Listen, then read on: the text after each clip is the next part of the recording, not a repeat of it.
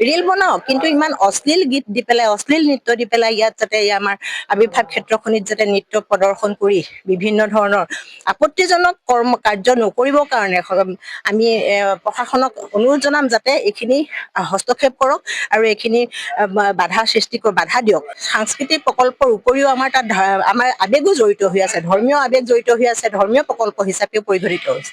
গতিকে তাত আমাৰ গুৰুজনাৰ যাতে সন্মান ৰক্ষা কৰে, গুৰুজনাৰ সৃষ্টিখিনি যাতে ইমান অৱহেলা নকৰে।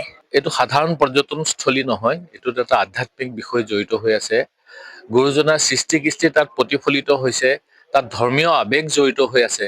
গতিকে তাত যদিও বা কোনো জাতি ধৰ্ম বৰ্ণ নিৰ্বিশেষে কাৰোবাৰ প্ৰৱেশ কাৰো নিষেধ নহয়, সকলো লোক যাব পাৰে, দৰ্শন কৰিব পাৰে, কিন্তু তালৈ যাওঁতে যাতে সেই সামগ্ৰীসমূহৰ প্ৰতি, সেই আৰ্হিসমূহৰ প্ৰতি, গুৰুজনাৰ প্ৰতি কোনো ধৰণৰ অপমানসূচক কাৰ্যত যাতে লিপ্ত নহয়, তাত অত পিক পেলাই বা অশ্লীল ভিডিঅ' বনাই যাতে সামাজিক মাধ্যমত কোনো আপলোড নকৰে, তাৰ বাবে আমি আহ্বান জনাইছো। অতি পৰিতাপৰ কথা যে আমাৰ এই প্ৰকল্পৰ ভিতৰত যি আমি এটা ভিডিঅ' ছ'চিয়েল মিডিয়াত ব্যাপকভাৱে প্ৰচাৰ হৈছে, কোনোবা এগৰাকী ছোৱালী আহি পেলাই যিটো নৃত্য প্ৰদৰ্শন কৰিছে বা তেওঁ যি সাজপাৰ, এইটো আমাৰ অসমীয়া কলা সংস্কৃতিৰ বিপৰীত কথা হৈছে।